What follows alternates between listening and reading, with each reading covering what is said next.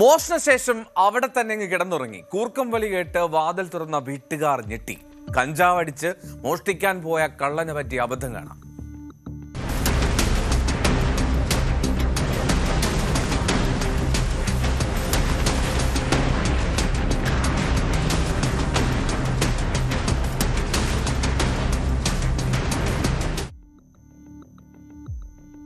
ഹൈദരാബാദിലെ ബാലാപൂർ എന്ന സ്ഥലത്ത് നടന്ന സംഭവമാണ്. ഫുർഖാൻ എന്ന ഒരു 18കാരൻ, അവനാണ് ഈ മോഷണത്തിനിടെ ആ വീട്ടിൽ തന്നെ കിടന്നുറങ്ങിപ്പോയത്. വളരെ കൃത്യമായിട്ടുള്ള ഒരു പദ്ധതിയൊക്കെ ആവിഷ്കരിച്ചാണ് അവൻ ആ വീട്ടിലേക്ക് കയറുന്നത്. അകത്ത് കയറുക, സ്വർണമോ അങ്ങനെ വിലപിടിപ്പുള്ള സാധനങ്ങളൊക്കെ ഉണ്ടെങ്കിൽ അതൊക്കെ മോഷ്ടിക്കുക, മൊബൈൽ ഫോണുകൾ ഇവയൊക്കെ കവരുക, എന്നിട്ട് ഉടൻ തന്നെ സ്ഥലം വിടുക. പക്ഷേ ആ മോഷ്ടാവിന് അവസാന ഭാഗം മാത്രം നടപ്പിലാക്കാൻ കഴിയാതെ പോയി എന്നതാണ്. വീട്ടിൽ ചെന്നു, മോഷ്ടിച്ചു, വിലപിടിപ്പുള്ള സാധനങ്ങളൊക്കെ കണ്ടെത്തി. പക്ഷേ ഏറ്റവും ഒടുവിൽ വളരെ വേഗം മോഷണശേഷം തിരികെ പോകുക എന്നുള്ള ആ ശ്രമം മാത്രം അയാൾ മറന്നുപോയി. മറ്റൊന്നുമില്ല, കാരണം ലഹരിയിലായിരുന്നു.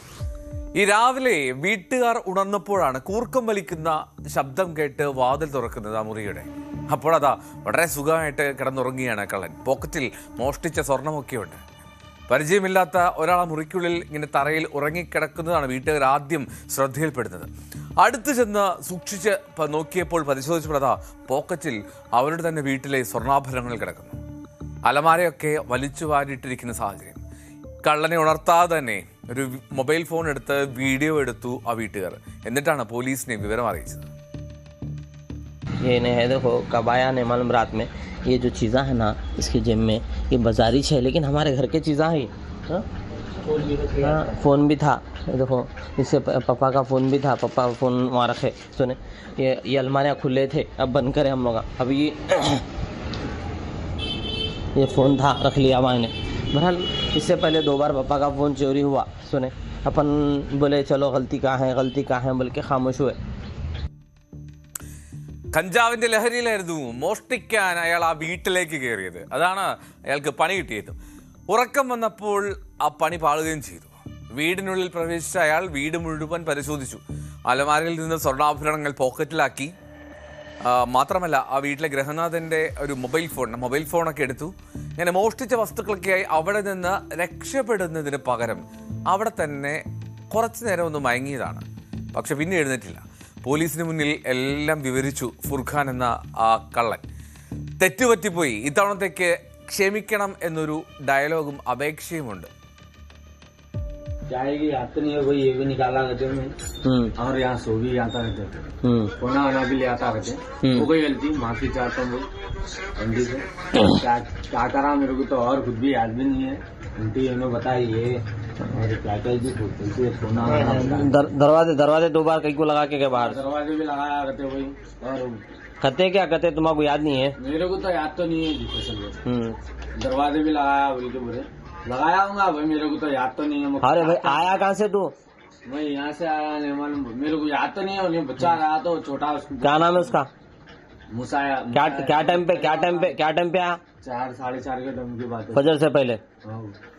और क्या पैसे कहाँ से, पैसे कितने लिया, कहाँ लिया? पैसे नहीं लिया, ये चिल्लर पड़े हुए हैं मेरे जिम में, ऐसे जो भी है कुछ भी नहीं है बस। ये जो इंजेक्शन लिया बड़ा कहाँ से लाया? ये नामपल्ली पे से लिया था भैया। ये खून लग गया। कैसा है वो इंजेक्शन का है? नहीं गिर गया, गाड़ी पे से गिर गया, मारा बोलता हूँ। देखो भाई फैसल भाई के घर में आया था, अलमारी में से निकाला और बोले तो फोन आना भी उठाया था।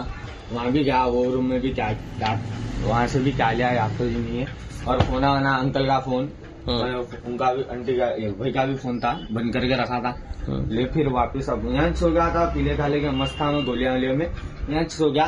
दे दिया फैसल भाई, पूछे तो फैसल भाई मेरे को क्या करे, समझाए, मारी भी नहीं, एक लास्ट चांस देता हूँ। फोन लगाए तो फोन नहीं उठाए, उल्टे बातें करे सब जने, तो समझा के भिजा दे। എന്നാലും പോലീസ് ഇയാളെ കസ്റ്റഡിയിലെടുത്തു. മോഷ്ടിച്ച സാധനങ്ങൾ വീണ്ടെടുക്കുകയും ചെയ്തു. കാരണം വേറെങ്ങും പോയിട്ടില്ല, ആ വീട്ടിൽ തന്നെ ഉണ്ടായിരുന്നു. കള്ളന്റെ റിക്വസ്റ്റ് പക്ഷേ ആ വീട്ടുകാർ സമ്മതിച്ചു എന്നാണ് ഒടുവിൽ കിട്ടുന്ന വിവരം. കാരണം മോഷ്ടാവ് മാപ്പ് പറഞ്ഞു, ക്ഷമിക്കണം, പറ്റിപ്പോയി എന്നൊക്കെ വീട്ടിൽ വെച്ച് തന്നെ പറഞ്ഞല്ലോ. വീട്ടുകാരെന്ത് ചെയ്തു? പരാതി വേണ്ട എന്ന് തന്നെ വെച്ചു.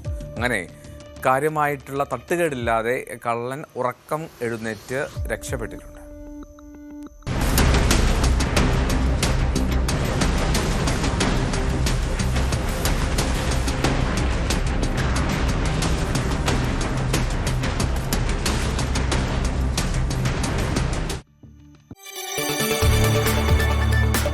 കൂടുതൽ വാർത്തകൾക്ക് News 18 Keralam YouTube channel subscribe ചെയ്യുക.